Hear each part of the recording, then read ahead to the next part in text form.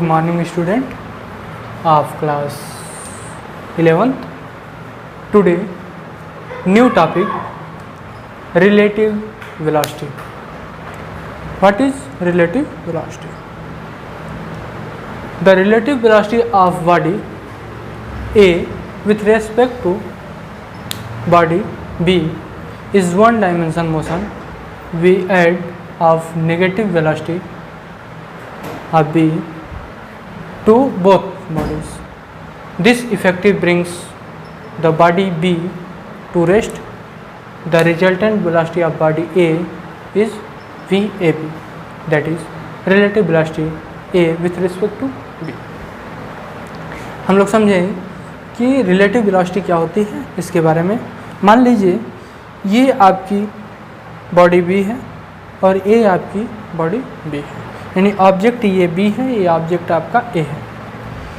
Object B आपका मान लीजिए रेस्ट पोजीशन में है और यह आपका मोशन कर रहा है, तो इसके रिस्पेक्ट में ये बॉडी क्या कर रहा है, मोशन कर रहा है, और इसके रिस्पेक्ट में ये बॉडी रेस्ट में, यानी ये टाइम के विथ रिस्पेक्ट में ये अपना पोजीशन चेंज नहीं कर रहा है, यानी रेस्ट में है, ये टाइम के रिस्पेक्ट में अपना पोजीशन चेंज कर रहा है, इसलिए वेलोसिटी में है।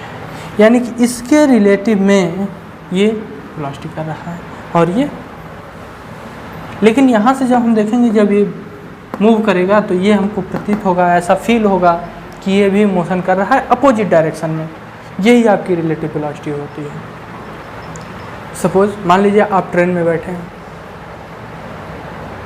और कोई बाहर आदमी खड़ा है, ट्रेन चल रही है, तो आपको ऐसा प्रतीत होता है, बाहर आप देखते हैं कि वो जो व्यक्ति बाहर खड़ा है वो व्यक्ति मोशन करता हुआ आपको नज़र आता है कि वो व्यक्ति पीछे चला गया, यानी कि वो मोशन कर रहा था।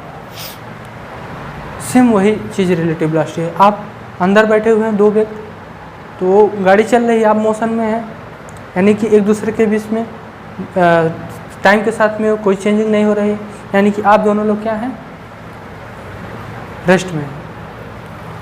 ठीक है, ये सारी चीज़ें आपकी रिलेटिव वेलोसिटी बताती हैं। एक आदमी आपको ट्रेन पे छोड़ने आया, वो आदमी वहाँ खड़ा है, ट्रेन चलने लगी, तो वो ट्रेन जब चल रही है तो वो धीरे धीरे दूर जा रहा है और आप भी उससे क्या हो रहे हैं, दूर जा रहे हैं। यानी ये चीज़ आपकी जो बता रही है एक दूसरे से रिलेशन, वेलोसिटी में जो रिलेशन बता रहा है, यही आपकी रिलेटिव वेलोसिटी होती है।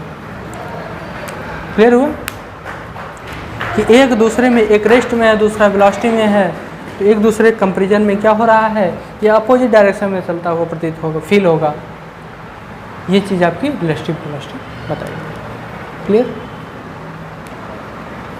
रिलेटिव वेलोसिटी आपकी है। हो सकता है ये दोनों एक डायरेक्शन में चल रहे हों, जब दोनों एक डायरेक्शन में चलेंगे तो ये क्या होंगे, ए और बी एक दूसरे से एक सब्ट्रैक्ट होंगे, यानी कि नेट अगर निकालेंगे तो v equal to V A minus V B होगा।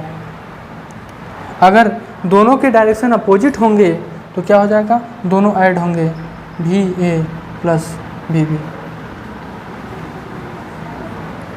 नेट रिजल्टेंट आपका ये होगा। ओके, यानी सेम डायरेक्शन में होगा तो आपका ये फार्मूला होगा, अपोजिट डायरेक्शन में होंगे तो आपका ये फार्मूला होगा। क्लियर है, ये रिलेटिव वेलोसिटी आपकी थी। इसके बाद हम लोग एक्सरसाइज देखेंगे, एक्सरसाइज में के बाद ये चैप्टर आपका कंप्लीट हो जाएगा। Okay, clear.